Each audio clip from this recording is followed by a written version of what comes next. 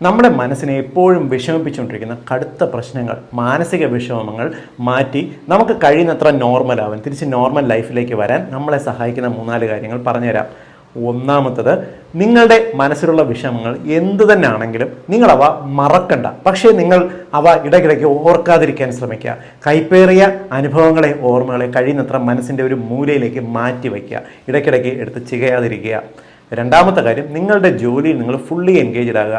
നിങ്ങൾ പൂർണ്ണമായിട്ടും ജോലിയിൽ മുഴുകുന്നുണ്ടെങ്കിൽ ഒരുപാട് നിങ്ങളുടെ മാനസിക ടെൻഷനെ കുറയ്ക്കാൻ സഹായിക്കും. മൂന്നാമത്തത്, നിങ്ങൾ ദിവസവും ഒരു നേരം നിങ്ങളുടെ ഫ്രണ്ട്സിൻ്റെ ഒപ്പം വ്യായാമം ചെയ്യാൻ ശ്രമിക്കുക.